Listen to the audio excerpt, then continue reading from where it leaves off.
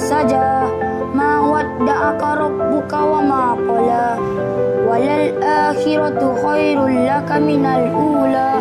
Sebelum ni anak-anak di SK Mansion hanya belajar Al-Quran di sekolah bersama dengan guru mereka, tetapi impaknya begitu kecil kerana guru tidak dapat memberi fokus yang sepenuhnya kepada anak-anak SK Mansion yang begitu ramai untuk menguasai celik Al-Quran. Dengan ada program ni, dengan bantuan Yayasan Pahang, Bapima sendiri, jadi bilangan murid yang diajar Iqra' ni lebih kecil dan impaknya sangat besar.